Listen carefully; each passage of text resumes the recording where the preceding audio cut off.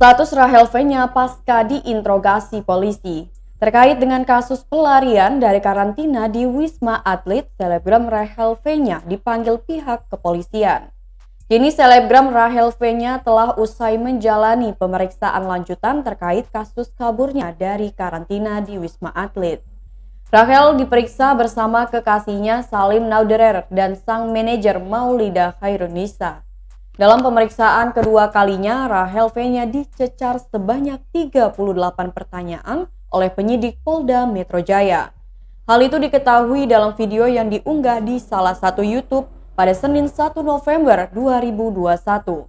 Adapun 38 pertanyaan yang diajukan kepada Rahel V-nya seputar kronologi kaburnya dari karantina. Rahel V-nya dan Salim usai jalani pemeriksaan selama 6 jam terkait dugaan kabur dari karantina di Polda Metro Jaya pada Senin 1 November 2021.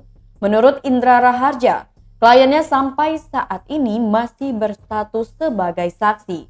Ia kemudian menjelaskan mengapa Rahel V-nya masih berstatus sebagai saksi hingga sekarang.